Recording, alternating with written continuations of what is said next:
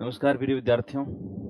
आज agriculture 12th का second chapter organic farming जैविक खेती जैसा आपको दिख रहा है।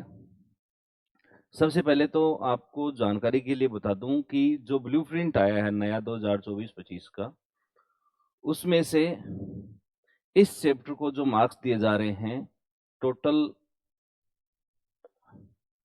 4 नंबर का ये चैप्टर है, जिसमें से हाफ प्लस हाफ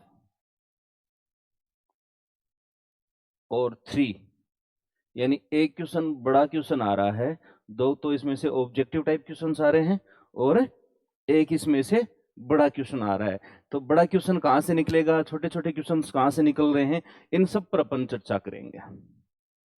तो आपका सेकंड चैप्टर है ये चैप्टर, जो जेट सीयूटी की, एग्रीकल्चर सुपरवाइजर की, डब्ल्यूओ की तैयारी करने वाले विद्यार्थी हैं, उनके लिए भी बहुत उपयोगी है। आप इसे ध्यान से देखिए। सबसे पहले यदि अपन डेफिनेशन देखें कि ऑर्गेनिक फार्मिंग की डेफिनेशन क्या होती है, जैविक खेती की परिभाषा क्या है, तो हर एक एजेंसीज ने इसकी परिभाषा, FAO ने अलग दी है, NAIM ने अलग दी है, management of agriculture and movement ने अलग दी है। लेकिन सीधी भाषा में अपन इसे कह सकते हैं कि रसायन मुक्त खेती।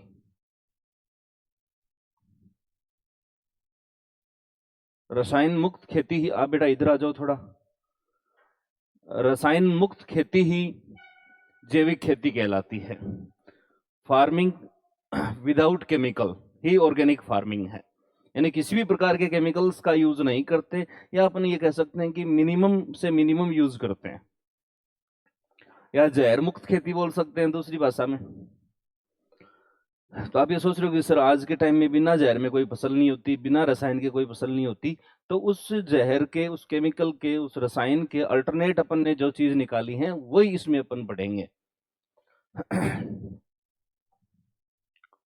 तो डेफिनेशन हो गई कि रसायन मुक्त खेती ही जैविक खेती कहलाती है। उसके बाद है प्रमाणित जैविक खेती।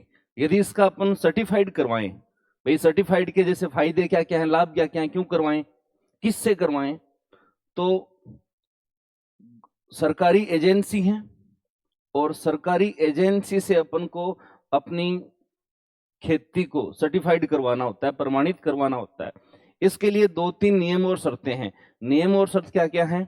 हर साल एजेंसीज के जो लोग हैं वो सुपरविजन करने खेत में आते हैं, इसलिए बिना केमिकल जब भी वो आए तो अपने खेत में किसी भी प्रकार के केमिकल का यूज ना हो। यदि केमिकल का यूज होगा तो अपना जो प्रोडक्ट है वो ऑर्गेनिक नहीं माना जाएगा। किसी भी प्रकार के रसायन का प्रयोग ना हो, और इससे फायदा क्या है कि अपने प्रोडक्ट की वैल्यू बढ़ेगी। तो एजेंसी से अपन इसको सर्टिफाइड करवा सकते हैं। जो मार्केट वैल्यू होगी अपने प्रोडक्ट की वो ज्यादा होगी जो केमिकल फार्मिंग करते हैं उसकी अपेक्षा।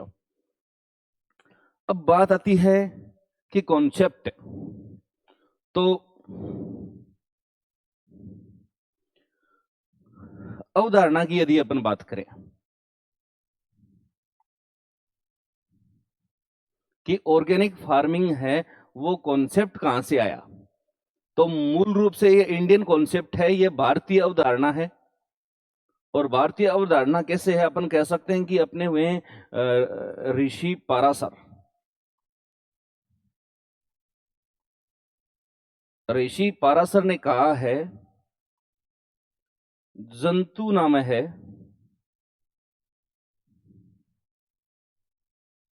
जीवनम कृषि। जंतु नाम है जीवनम कृषि, अर्थात कृषि का आधार उस जीव जंतु और मृदा में रहने वाले सूक्ष्म जीव हैं। यानी इस बात से सीधा निकल करके आ रहा है, जंतु नाम है जीवनम कृषि भारतीय अवधारणा है, ऋषि पाराशर ने कहा था। लेकिन वर्तमान समय में यानी आधुनिक समय में, आधुनिक समय में इसके जो जनक माने जाते हैं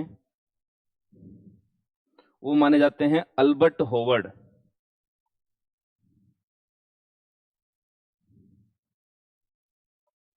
अल्बर्ट होवर्ड को कहा जाता है फादर ऑफ ऑर्गेनिक फार्मिंग। ये जो ऑर्गेनिक फार्मिंग शब्द जो है,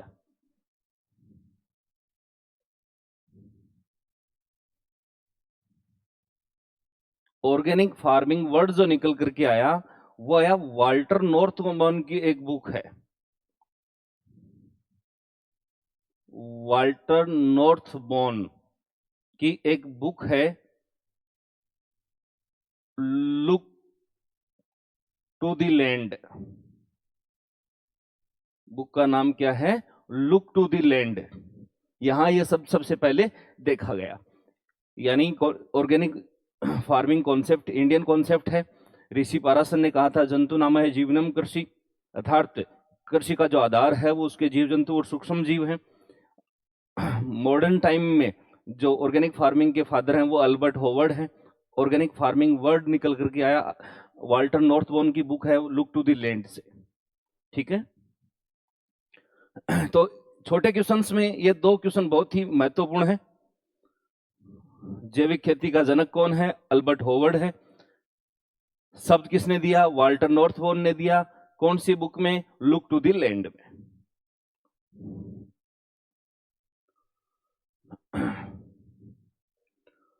तो फादर हो गया कौन? Albert hovered.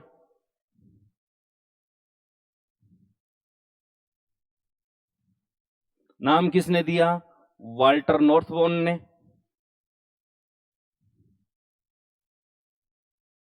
कौन सी किताब में? Look to the land. Clear बात? अब भाई पुराने जमाने में अपन जैविक खेती करते थे, अब उसका कारण कुछ भी मान लो, अभाव मान लीजिए, अज्ञानता मान लीजिए, केमिकल्स का न होना मान लीजिए। यानी अपन बात करें ग्रीन रेवोल्यूशन से पहले की, हरित क्रांति से पहले की यदि अपन बात करें तो अपने यहाँ जैविक खेती ही होती थी। लेकिन जैसे ही ग्रीन रेवोल्यूशन स्टार्ट हुआ, हरित क्रांति जब शुरू हुई, तो हाइब्रिड वेराइटीज का प्रवेश हुआ और ऐसी वेराइटीज आई जिनको हायर न्यूट्रिएंट की रिक्वायरमेंट पड़ती हो। तो हायर न्यूट्रिएंट रिक्वायरमेंट पड़ती हो तो फर्टिलाइजर्स का यूज स्वाभाविक सी बात है, और फर्टिलाइजर्स का जब यूज होने लगा तो आज समस्या अपने सामने है, उस पर भी चर्चा करेंगे अपन।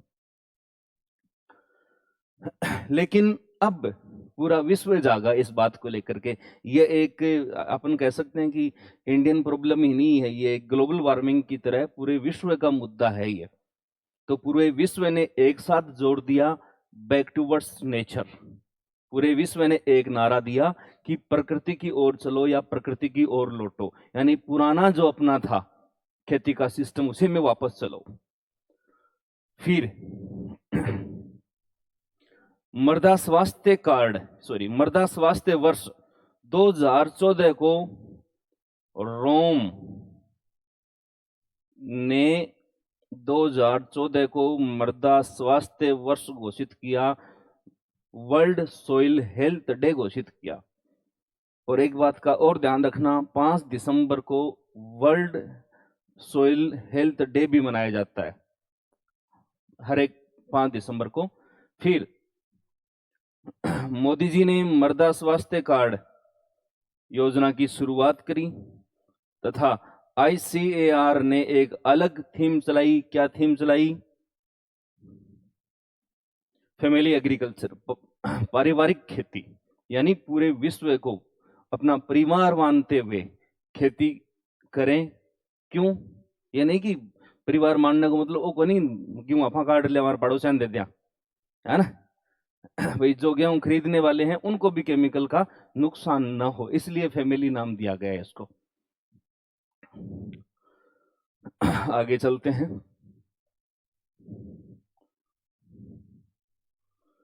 फिर है प्रिंसिपल्स ऑफ ऑर्गेनिक फार्मिंग।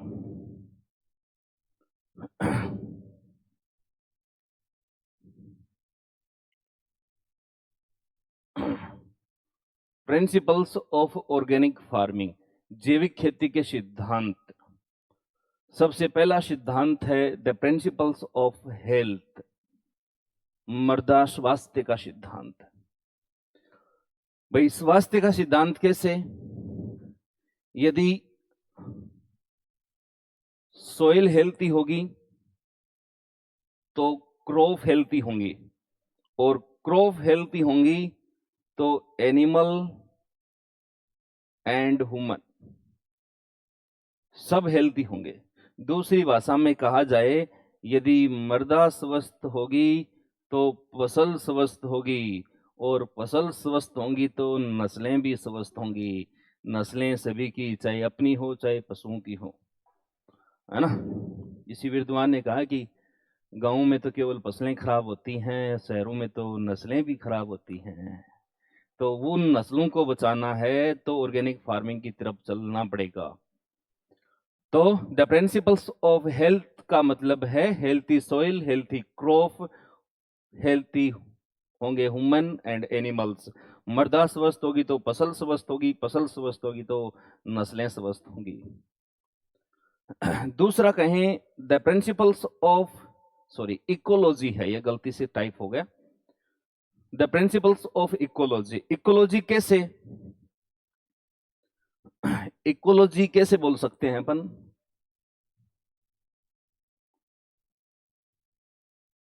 अपन एक छोटा सा एग्जांपल लेते हैं। मान लीजिए किसी प्लांट की कोई लीफ टूट करके गिरती है, वो यदि कोई लीफ टूट करके गिरती है तो अब ये लीफ बकरी खा जाएगी इसको, है? चलो बकरी नहीं खाएगी तो क्या होगा? ये जैसे ही सॉइल पर गिरती है, जमीन पर गिरती है, तो इसका अपघटन होगा, कंपोस्टिंग होगा इसका। किससे? माइक्रो ऑर्गेनिज्म से, सूक्ष्म जीव से। और सूक्ष्म जीव इसको किस में बदलेंगे? ऑर्गेनिक मैटर में, कार्बनिक पदार्थ में बदलेंगे, या अपन कह सकते हैं दूसरी भाषा में ह्यूमस बनेगी। ये क्या उपलब्ध करवाएगी? सी और एन उपलब्ध करवाएगी। कार्बोहाइड्रेट और नाइट्रोजन का एक फिक्स्ड रेशियो होता है, किसको करवाएगी? प्लांट्स को करवाएगी।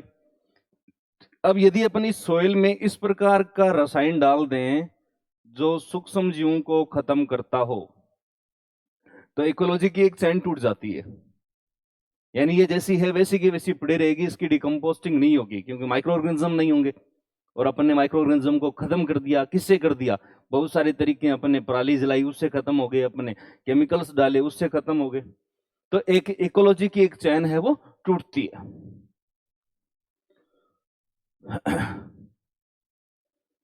उसके बाद है न्याय का सिद्धांत। न्याय का सिद्धांत कैसे?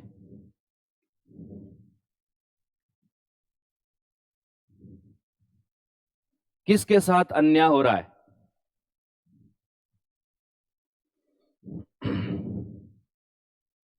10 बीघा खेत है, 10 बीघा खेत में 3 बीघा में तो ग्राम गेहूं खाना है, जना घरा तानी गेहूं बा दिया। बाकी 7 बीघा में चलो कोई रिजको में थी बादी होना के बाद दूसरी बात है, अधिकतर लगभग 6 बीघा कमा गेहूं बा रखे हैं। और बाबो ढोल क्यों चेड़ी रखा है, कदे डीएपी दहा, आज वो जहर गेरा, हाँ आज फलाणो गेरा, आज पूछड़ो गेरा।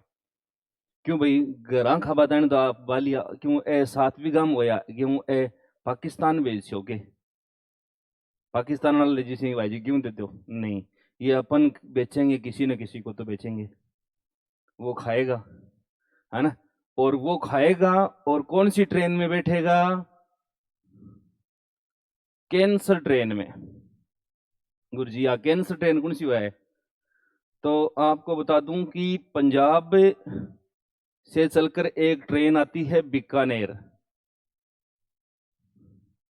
पंजाब से चलकर एक ट्रेन आती है बीकानेर, और उस ट्रेन के अंदर सारे के सारे लगभग मैक्सिमम कैंसर पेशेंट होते हैं। बीकानेर में बड़ा हॉस्पिटल है कैंसर का। इस ट्रेन के अंदर आपको 2 ही प्रकार के लोग मिलेंगे, एक तो कैंसर के पेशेंट और एक इंश्योरेंस करने वाले। मैं पूछी भाई जी कौन सी स्टेज बताई? भाई जी जोरों शोरों से बताओ क्या? चौथी बताइए बा। ना वो प्लान बताओ तुरंत। चौथी बताइए दे तो 6 महीना का और आ लो वो प्लान है इंश्योरेंस घर का ने 1 करोड़ मिल जी 5 करोड़ मिल जी रागलन वो नंबर है तो मर जाए गोडा टूट जाए भी जाएगा। तो अब ये कैंसर ट्रेन भाई नशा करने से कैंसर होता है पता नहीं वर्तमान सरकार में बंद हुआ कि नहीं हुआ लेकिन पहले यूं बताते हैं कि बीकानेर में ज्यादा नशा होता है नशा करने से कैंसर होता है लेकिन ऐसे लोग भी हैं जो नशा नहीं करते हैं उनको कैंसर अपन देते हैं अपनी सात्विकाओं कैंसर देड़ी है तो न्याय का मतलब भाई इन लोगों के साथ तो अन्याय हो रहा है जो नशा भी नहीं करते हैं बिल्कुल कुछ नशा नहीं करते हैं फिर भी कैंसर के पेशेंट बन जाते हैं तो ये एक उनके साथ अन्याय न हो इसलिए अपन इसको कह सकते हैं न्याय का सिद्धांत।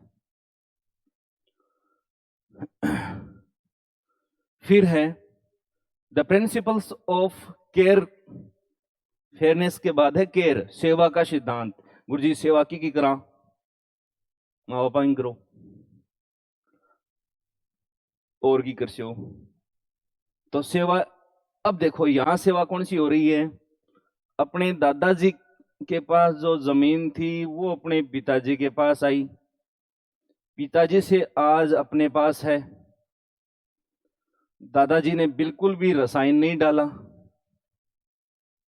जिसका परिणाम अपने पिताजी हैं स्वस्थ हैं एकदम से पिताजी ने बिल्कुल भी जहर नहीं डाला उसके परिणाम अपन हैं एकदम से स्वस्थ हैं यदि ये पीढ़ी या इससे पहले वाली पीढ़ी खेत में जहर डालना शुरू कर देती तो हो सकता है आज अपन इस स्टेज पर नहीं होते अब आने वाली जो जनरेशन है भाई अपन अमर तो रहेंगे नहीं अपनी संतान को ये संपत्ति देख के जाएंगे खेती भी देखे जाएंगे तो यदि अपन यहां शुरू कर देते हैं तो आने वाली संतान अपनी उस ट्रेन में बैठेगी विंडो वाली सीट पर तो जो प्राकृतिक संसाधन अपने पूर्वजों ने अपन को लौटाए हैं सुरक्षित अवस्था में अपन आगे की जनरेशन को आगे की पीढ़ी को दें यह है सेवा का सिद्धांत। तो जैविक खेती के 4 सिद्धांत हैं ऑर्गेनिक फार्मिंग के 4 प्रिंसिपल्स हैं the principles of health the principles of ecology the principles of fairness and the principles of care स्वास्थ्य का सिद्धांत पारिस्थितिक का तंत्र का सिद्धांत न्याय का सिद्धांत और सेवा का सिद्धांत। आगे के पेज में चलते हैं अपन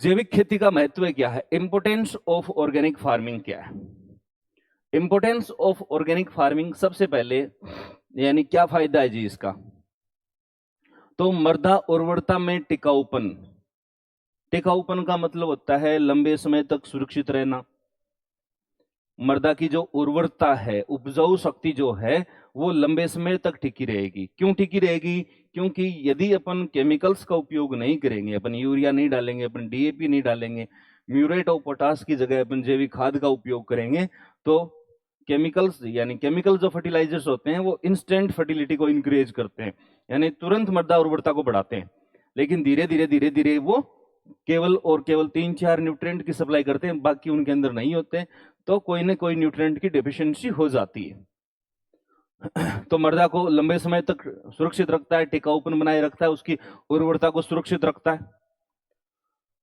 उसके बाद है पशुधन में वृद्धि पशुधन में वृद्धि कैसे कि यदि 1 एकड़ खेत है या कर्षित क्षेत्र है यदि 1 एकड़ खेत है तो जैविक खेती का सिद्धांत यह है कि 1 एकड़ खेत में के लिए 1 पशु यानी गाय भैंस यानी कि बकरी हो 1 एकड़ क्षेत्र में जैविक खेती करने के लिए 1 पशु पर्याप्त माना जाता है यानी 1 एकड़ बराबर 1 पशु 1 एकड़ अरे रोलो मत करो रटा ब्रो ऐ थोड़ी करिया करी क्लास में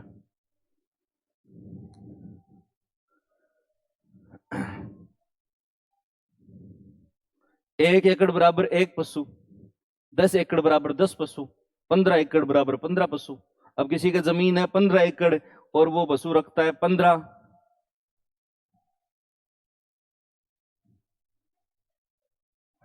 अब यहाँ को कोई बावड़ो को नहीं कि 15 एकड़ जमीन है वो 15 पाडा लिया या अपन तो गोबरी तो चाहे खाद्य बतानी ऐ को थोड़ी हुआ कोई है तारामणी कोई नहीं हुआ ने लिया किते पढ़ा ही तारा को नहीं जान ठीक है वही वो 15 गाय या भैंस लेके आ या तो 15 गाय लाओगो नहीं 15 भैंस लाओगो अब गाय और भैंस दूध भी देंगी जनाब आर्थिक सहायता भी मिलेगी इनकम बढ़ेगी शुद्ध वातावरण एकदम से प्योर एनवायरनमेंट रहेगा किसी प्रकार की कोई बदबू नहीं कोई जहर की सुगंध नहीं जैविक उत्पाद की कीमत वेरी गुड बहुत महत्वपूर्ण बात है आज यदि अपन हेल्थ की केयर करने वाले लोगों की यदि अपन बात करें ना तो यदि आपको मार्केट में आप कोई सब्जी या कोई फल खरीदने जाओ और यदि 50% उसका मूल्य ज्यादा बताए यदि 50% मूल्य ज्यादा बताता है और यह कहता है कि ये इसमें बिल्कुल भी जहर नहीं दिया गया है यह पूर्णतः देसी है या जहर मुक्त है या जैविक है तो एक समझदार जो आदमी होगा जिसको अपने भविष्य की चिंता होगी लगभग व्यक्ति वही प्रीफर करेंगे वही खरीदेंगे पैसे की कोई दिक्कत नहीं ज्यादा ले लीजिए लेकिन हम जहर नहीं खाना चाहते यदि अपन अपने प्रोडक्ट को ऑर्गेनिक प्रोडक्ट को एक्सपोर्ट करते हैं तो भी बहुत ज्यादा आपको बता दूं कि चलो वो तो आगे एक टॉपिक आएगा अपन उस पर चर्चा करेंगे इसलिए अपन ये कह सकते हैं कि यदि मान लीजिए 12वीं में ये क्वेश्चन आ जाए है ना मान लीजिए 1 नंबर का आ जाए कि कोई 3 महत्व लिखिए तो आपको मृदा उर्वरता में टिकाऊपन पशुधन में वृद्धि यानी increase in livestock purity of environment useful to human health और वैल्यू ऑफ ऑर्गेनिक प्रोडक्ट मानव स्वास्थ्य के लिए उपयोगी है अपन ने थोड़ी देर पहले पढ़ा था ऑर्गेनिक प्रोडक्ट खाएंगे तो यदि फसल ऑर्गेनिक होंगी तो नस्ल भी सही रहेंगी क्लियर बात है भारत में जैविक खेती का भविष्य भाई भारत में जैविक खेती का क्या भविष्य है तो देखिए भारत में जैविक खेती का बहुत बढ़िया भविष्य है यदि अपन विश्व की बात करें तो विश्व में भूटान है वो बहुत बड़ी ऑर्गेनिक कंट्री है यानी विश्व में सबसे ज्यादा जैविक खेती कहां की जाती है तो भूटान में की जाती है यदि भारत की यदि अपन बात करें तो भारत में कौन से राज्य में सबसे ज्यादा ऑर्गेनिक खेती की जाती है तो सिक्किम में की जाती है भारत का ऑर्गेनिक स्टेट है सिक्किम यदि बात करें राजस्थान में कि भाई राजस्थान में कौन सा जिला ऑर्गेनिक जिला है तो डूंगरपुर है वो ऑर्गेनिक डिस्ट्रिक्ट है ऑर्गेनिक स्टेट हो गया सिक्किम ऑर्गेनिक कंट्री हो गई भूटान और ऑर्गेनिक डिस्ट्रिक्ट हो गया डूंगरपुर यहां सबसे ज्यादा ऑर्गेनिक खेती की जाती है गुरुजी क्यों ये ऑर्गेनिक क्यों है तो इसके 2 कारण है इसका एक तो कारण हो सकता है अभाव ज्ञान का अभाव नहीं तो ये मतलब दाग अच्छे हैं है ना उस सिद्धांत पे काम चल रहा है यहाँ दाग अच्छे हैं चलो बहुत अच्छा है उनको ज्ञान नहीं है कि गेहूं में कितनी डीएपी देनी चाहिए गेहूं में बथुआ हो गया कौन सा जहर डालें कितनी मात्रा में डालें यदि उनको ये नहीं पता है तो अच्छा है जिनको पता है वो क्या उपजा रहे हैं उपज कर रहे हैं अपन भी सोच सकते हैं दूसरा भारत में उज्जवल भविष्य क्यों है भाई भारत में बेस्ट अपन कैसे ज्यादा अपॉर्चुनिटी अपने पास क्यों है तो सबसे पहला कारण तो ये है कि उर्वरक व अन्य रसायन की खपत कम है यदि अन्य जो डेवलप्ड कंट्रीज हैं यदि उनसे अपन कंपेयर करें तो भारत में पहले से ही फर्टिलाइजर्स का और अदर केमिकल्स का यूज कम हो रहा है। इसके भी बहुत सारे कारण हैं। छोटे किसान हो सकते हैं, ज्ञान का अभाव हो सकता है, या कुछ लोग बहुत अच्छी सोच रखते हैं कि खेत धरती माता है, धरती माता में जहर डालना पाप लगेगा। ऐसी सोच के बहुत सारे लोग हैं, उनकी सोच को तो नमन है, लेकिन कम हैं ऐसे लोग। उसके बाद हाँ, दूसरा कारण है कार्बनिक पदार्थ, ऑर्गेनिक मैटर अधिक, यानी जिन चीजों की खाद बनती है। ऑर्गेनिक पदार्थ का मतलब क्या क्या आ गया? लकड़ी का बुरादा, पेड़ पौधों की पत्तियां, फसल के बचे हुए अवशेष, रसोई का कचरा, नाली का कचरा, यह सारा का सारा ऑर्गेनिक प्रोडक्ट है। और भारत में एक ही कमी, मतलब भी नहीं, आपने गंदा समझ ज्यादा है आदन तो, है ना। नंबर 3, भाई गोबर की खाद बनाएंगे तो मजदूर चाहिए अपन को, है ना, परिश्रम करने वाले व्यक्ति चाहिए, लेबर पावर चाहिए। और लेबर पावर कोई कमी नहीं है, अपन तो विदेशों में जाते हैं, है ना, 2 पाया कमा 99 दिन के उंगले रात के तानी, तो लेबर की कोई कमी को नहीं, गणाई मिल जाएगा। तो ये सारे मतलब जो अपन को कमियां लग रही हैं भारत की, वो कमियां नहीं है, वो विशेषता बन रही है। इसलिए अपन कह सकते हैं कि भारत में ऑर्गेनिक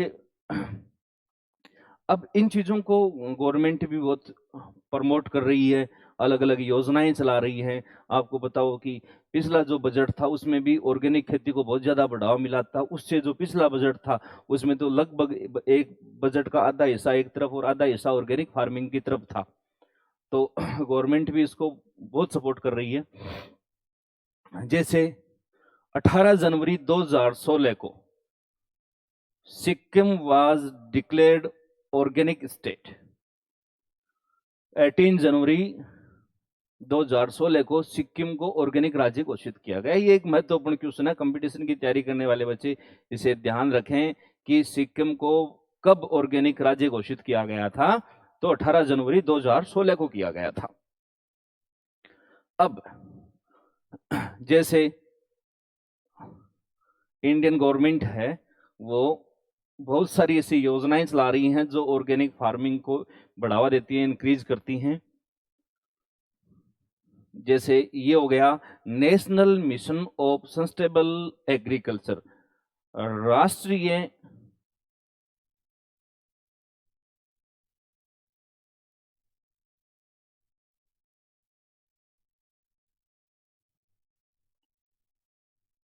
सस्टेनेबिलिटी का मतलब हो गया टिकाऊ, राष्ट्रीय टिकाऊ खेती मिशन। बारी वाले बच्चे ध्यान दें, बहुत बार आधा नंबर का क्वेश्चन इनका पूरा नाम आ जाता है, इनकी फुल फॉर्म पूछ लेते हैं। ये है PRY लिख दिया, ये PKVY है भाई, PKVY। यहाँ PKVY का पूरा नाम प्रधानमंत्री कृषि विकास योजना नहीं है, यहाँ PKVY का पूरा नाम परंपरागत कृषि विकास योजना है।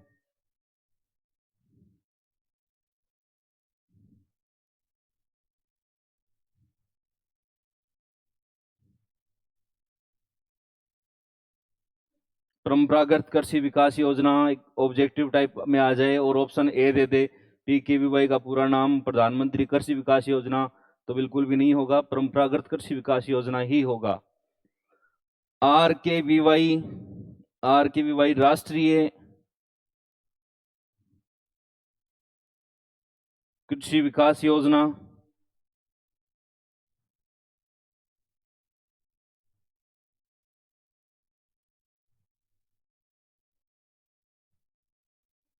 राष्ट्रीय कृषि विकास योजना, MIDH mission of integrated development of horticulture, यानी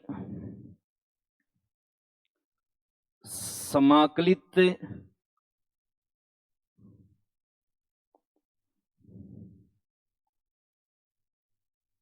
उद्यानिकी विकास मिशन,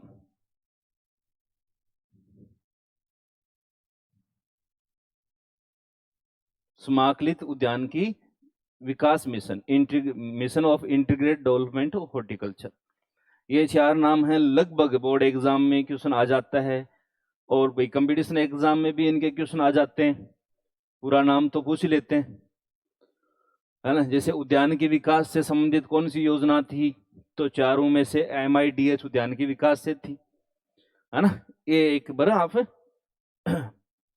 स्क्रीनशॉट ले सकते हो, आप लोग साथ साथ में नोट कर ही रहे हो। अब है जैविक खाद।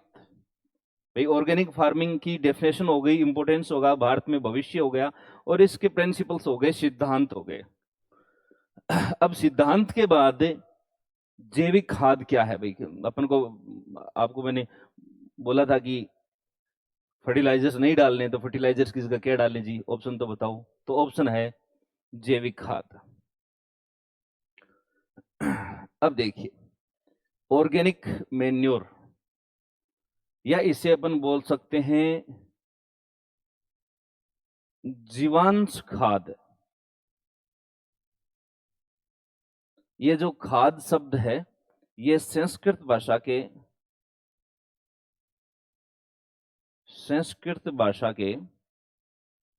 खाद्य शब्द से मिलकर बना, और इस खाद्य शब्द का अर्थ होता है भोजन की पूर्ति।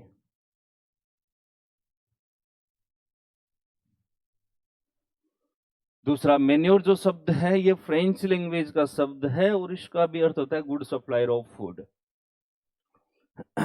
यानी जीवांश का संधि विच्छेद यदि अपन करें, तो जीव प्लस अंश, यानी जीव के अंश से जो खाद बनी है उसे जीवांश खाद बोलेंगे, ऑर्गेनिक मैन्योर बोलेंगे।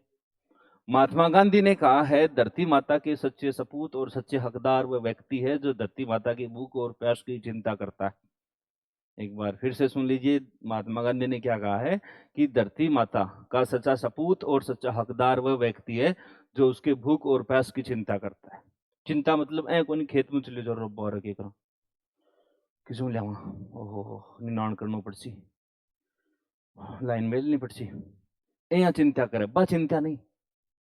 धरती के चाहे कौन कौन सा पोषक तत्व चाहिए बा चिंता करे, और दे टाइम पर चिंता करना भी कोई, चिंता तो कर ले, हर कोई कर ले, मैं कर लूँ क्यों सी देश को है? चिंता करना क्यों को नहीं। दूसरा, एक किसान कहावत चलती है कि खाद पड़े तो खेत, खाद पड़े तो खेत वरना मिट्टी रेत, खाद पड़े तो खेत वरना मिट्टी रेत, यानी खाद पड़ेंगे खेत निपजे तो जदी।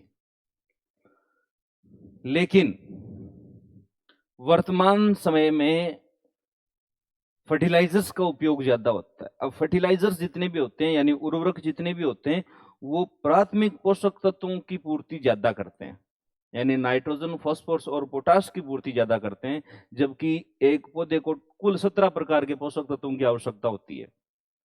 अब 17 प्रकार के पोषक तत्वों की आवश्यकता होती है, तो कुछ पोषक तत्वों की मृदा के अंदर, इंडियन सोइल के अंदर डेफिशिएंसी है। बहुत इंपोर्टेंट क्वेश्चन है, बहुत बार कंपटीशन में आता है। तो देखिए, भारतीय मृदाओं में कौन से पोषक तत्व की कमी है। तो भारत की 47% मृदा में जिंक की डेफिशिएंसी है, यानी जिंक की कमी है। 11.5% मृदाओं में आयरन की कमी है। 4.8% मृदाओं में कॉपर की कमी, आयरन मतलब लोहा की कमी, और जिंक वही जिंक जिसकी वजह से जिसकी कमी से धान में खेरा रोग होता है। और 4.0% मृदाओं में मैग्नीज की, 4.0% मृदाओं में मैग्नीज की कमी है। यह भारतीय मृदाओं की वर्तमान स्थिति है। 47 परसेंटेज सोइल में जिंक की डिफिशियंसी है, 11.5% में आयरन की, 4.8% में कॉपर की and 4.0 deficiency of manganese. Important बात है, याद रखना। महात्मा गांधी ने कहा था वो भी याद रखना, किसानों ने क्या कहावत कही थी वो भी याद रखना। अब देखो ये जीवांश खाद अपने पढ़ लिया, जीव प्लस अंश, जीव का अंश जिस खाद में हो। खाद कौन सी भाषा का शब्द है? संस्कृत भाषा का है। मैन्योर फ्रेंच भाषा का। दोनों का अर्थ होता है गुड सप्लायर ऑफ फूड, भोजन की पूर्ति करने वाला। अब कितने प्रकार की खाद होती हैं तो इनका वर्गीकरण, यहां से भी क्वेश्चन बहुत बार आ जाता है भाई। क्लासिफिकेशन ऑफ ऑर्गेनिक मैन्योर, भारी खाद या स्थूल या bulk organic manure. Bulk organic manure यानी ऐसी खाद जिसमें पोषक तत्व कम हो, ऐसी खाद जिसमें पोषक तत्व कम और कार्बनिक पदार्थ अधिक हो।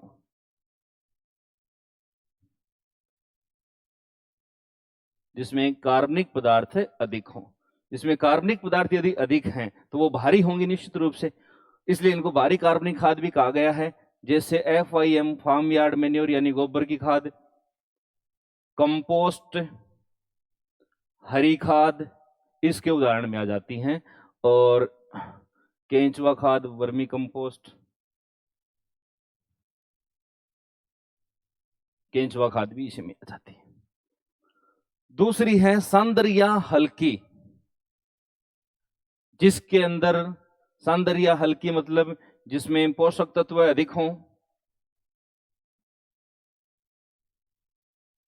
जिसमें पोषक तत्व अधिक हों और कार्बनिक पदार्थ कम हों, ऑर्गेनिक मैटर कम और न्यूट्रिएंट ज्यादा हों, ऐसी खाद को अपन हल्की कार्बनिक खाद या सांद्र कार्बनिक खाद के नाम से जानते हैं। इसमें कौन कौन सी आ जाती हैं? रक्त की खाद,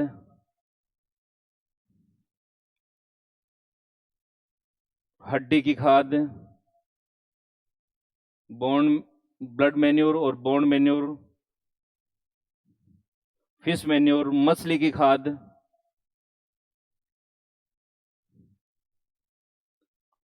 ऑल टाइप ऑफ, सारी की सारी ये सांद्र कार्बनिक खाद है। क्लियर? चलो यहां तक हुआ अपना क्लियर। अब अपने सिलेबस में यानी 12वीं के सिलेबस में केवल और केवल बल्क ऑर्गेनिक मैन्योर ही है। बल्क ऑर्गेनिक मैन्योर में सबसे पहले अपन उदाहरण लेते हैं FIM का, farm yard manure. Farm yard manure यानी गोबर की खाद। इसको भारत में गोबर की खाद ही कहा जाता है, डंग मैन्योर ही कहा जाता है, जबकि पूरे विश्व में ये FIM के नाम से जानती है। क्यों? क्योंकि भारत में अपन जो खाद बनाते हैं तो वास्तव में वो गोबर की खाद ही होती है, जो अपन लगभग वर्तमान प्रेजेंट जो स्थिति है या पॉपुलर जो मेथड है, अपन चर्चा करेंगे कौन सा पॉपुलर मेथड है। एक्चुअल में गोबर की खाद के अंदर जो इसका संगठन है वो होता है गोबर, बिछावन,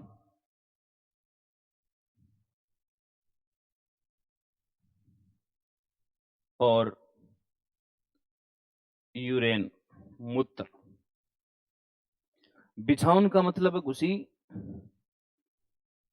पशु के आंगन की वह मिट्टी जिस पर पशु बैठता है, हर 7-8 दिन से वो चेंज कर देते हैं, उसको भी खाद में कन्वर्ट करते हैं। बिछावन का मतलब फार्म लीटर से, यानी इंग्लिश मीडियम वाले सुन लीजिए, कंपोजिशन जो होगा FIM का वो होगा डंग, फार्म लीटर और यूरेन। ठीक है, और इन तीनों से जो FIM अपन बनाएंगे उसमें रेशियो ऑफ NPK क्या रेशियो होगा? 0.5 रेशियो 0.25 रेशियो 0.5। यानी गोबर की खाद में एनपीके का अनुपात होता है 0.5 अनुपात 0.25 अनुपात 0.5। अब गोबर की खाद बनाने की विधियां, वर्तमान विधि, प्रेजेंट कॉमन मेथड। वर्तमान विधि या प्रेजेंट कॉमन मेथड का मतलब यह है कि वर्तमान समय में जो प्रचलित है, वर्तमान समय में कौन सी प्रचलित है? गोबर ने कुंडे के मां गाल्यो और कुल्डी में टेक दियो, है ना। गोबर ने इकट्ठो करियो और दे कुल्डी पर, दे कुल्डी पर, दे कुल्डी पर, 6-7 मनाओ जहां जहां ले ट्रोली चालो खेत में। कॉमन मेथड है ये। हाँ, दिव्य होगी कदे क्यों रे? देड़ी है ना। हाँ, इस मेथड को अन्य किस नाम से जानते हैं? तो इसे हिफ मेथड भी कहा जाता है, हिफ विधि। यह भारत में प्रचलित तो ज्यादा है लेकिन दोषपूर्ण है, वेरी डिफेक्टिव मेथड। क्यों? क्योंकि इस विधि के अंदर भाई तिरपाल कौन लगाओ कुल्डी पर?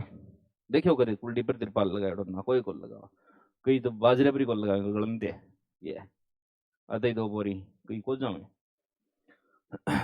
तो बरसात के पानी से और धूप से इसे सुरक्षित नहीं रखा जाता, इसलिए इसके अंदर पाए जाने वाले नाइट्रोजन है उसका ह्रास हो जाता है और नाइट्रोजन कंटेंट कम होता है।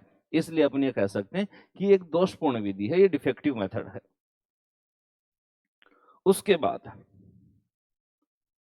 दूसरा है रिवाइज्ड पिट मेथड, संशोधित गड्ढा विधि। संशोधित गड्ढा विधि में क्या करते हैं कि एक ऐसा गड्ढा बनाया जाता है,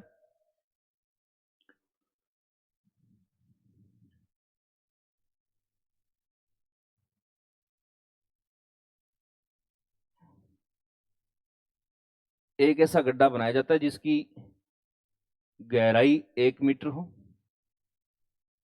जिसकी चौड़ाई 2 मीटर हो और जिसकी लंबाई 3 मीटर हो।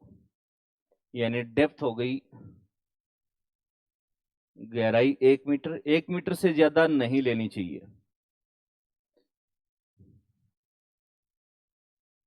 चौड़ाई 2 मीटर और लंबाई 3 मीटर।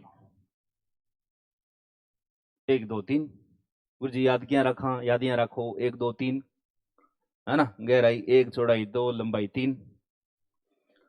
मीटर में आएगी, फीट में नहीं आएगी, कई इंच में छेपती मार्टा पर को जाए, है ना। 1 इंच, है ना। एक तो दिन कॉपी में किलोमीटर लिख राखी, है ना। पूरे देश के पशुएं खाद बना दे हो। तो सबसे पहले क्या काम करेंगे? सबसे पहले खड्डा खोदा, खड्डा खोदने के बाद काली मिट्टी का लेपन कीजिए फर्श पर। काली मिट्टी का लेपन करेंगे तो पोषक तत्व लीचिंग नहीं होगी, जल के साथ घुलकर नीचे नहीं जाएंगे।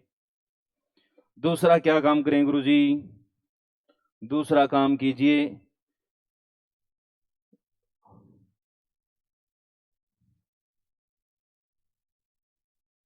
फार्म लीटर यानी बिछावन की परत बिछाइए 10 से 20 सेंटीमीटर मोटी, फिर पानी छिड़क दीजिए, फिर गोबर की परत बिछाइए,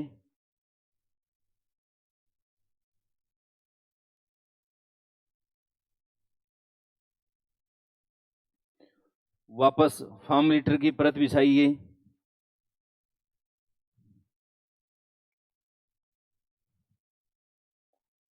वापस गोबर की परत बिछाइए,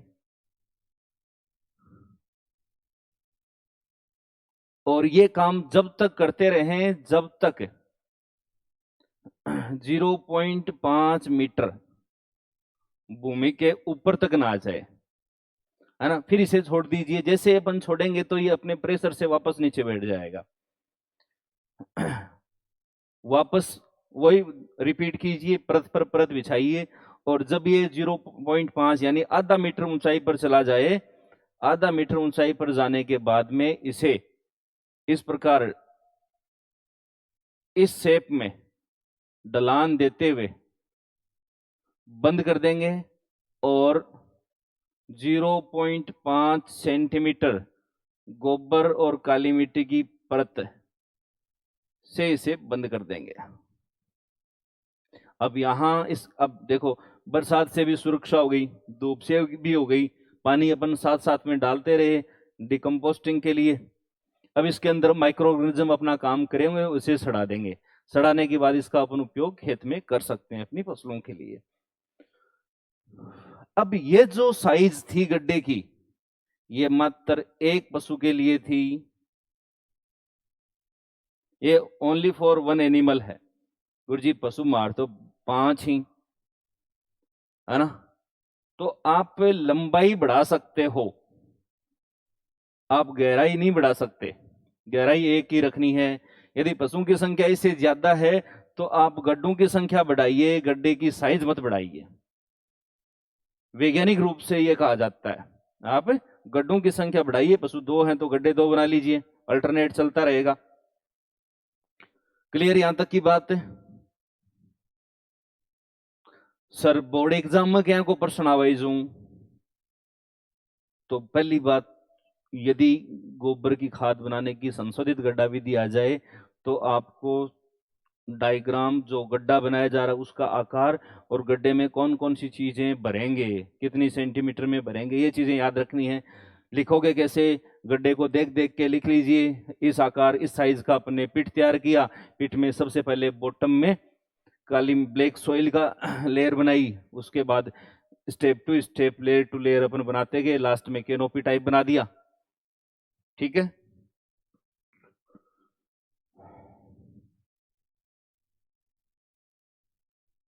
हाँ बच्चों। दूसरी विधि कौन सी है? दूसरी विधि है ट्रेंच विधि। ट्रेंच विधि, ट्रेंच विधि में क्या करते हैं?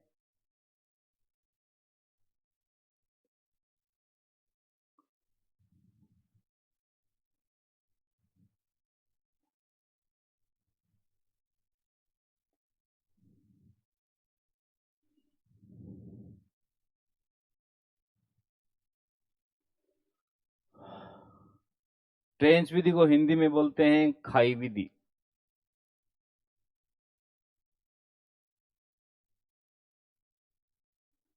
इसमें क्या करते हैं? गड्ढे को खाई में बदल देते हैं, यानी लंबाई हो जाएगी 6 मीटर, गहराई 1 मीटर और चौड़ाई 1.5 मीटर। चौड़ाई 1.5 मीटर। इसको 1/3 यानी लगभग 75% भाग में जिस तरीके से अपने बॉटम पर लेयर बनाई थी, वो बिछावन की परत बनाई, फिर अपन ने गोबर की परत बनाई, फिर अपन ने पानी डाला, सेम टू सेम जो संशोधित गड्ढा विधि में किया है वैसा ही करेंगे। और जैसे ही ये तैयार हो जाए तो अपन इस भाग को भरना शुरू कर देंगे, इसे निकाल लेंगे, तो ये रोटेशन में चलता रहेगा। जब तक ये तैयार होगा तब तक ये भरेगा, ये भरेगा तब तक ये तैयार हो जाएगा। ये है ट्रेंच विधि। गुरुजी FYM की सबसे अच्छी विधि कौन सी है? तो खाई विधि ही सबसे बढ़िया है। इस विधि में उच्च गुणवत्ता की खाद तैयार होती है। समझ गए बात है? फिर अपन चलते हैं आगे। कंपोस्ट भी पढ़ना है, केंचुआ खाद भी पढ़नी है, यानी ये चैप्टर अपना कहां तक खत्म हो रहा है जाके, केंचुआ खाद के लाभ और बायोडायनेमिक फार्मिंग भी पढ़नी है। तो आज के इस वीडियो में अपन इतना ही पढ़ेंगे। कल कंपोस्ट बनाने की विधियां, वर्मी कंपोस्ट, इंदौर विधि, बेंगलोर विधि, नाडेप विधि, मायादास विधि, लखनऊ विधि, एडको विधि, सब पर चर्चा करेंगे। हरी खाद पर चर्चा करेंगे। आज के लिए इतना ही। धन्यवाद। उम्मीद करता हूं आपको समझ आया होगा, और एक आपसे उम्मीद दूसरी भी करता हूं, इस वीडियो को अपने दोस्तों को, अपने एग्रीकल्चर के विद्यार्थियों को आगे शेयर करो और घंटे के निशान पर दबा दो ताकि जो वीडियो अपलोड हुआ या लाइव हुआ तो ताने ब्यूरो पड़ जाए। धन्यवाद।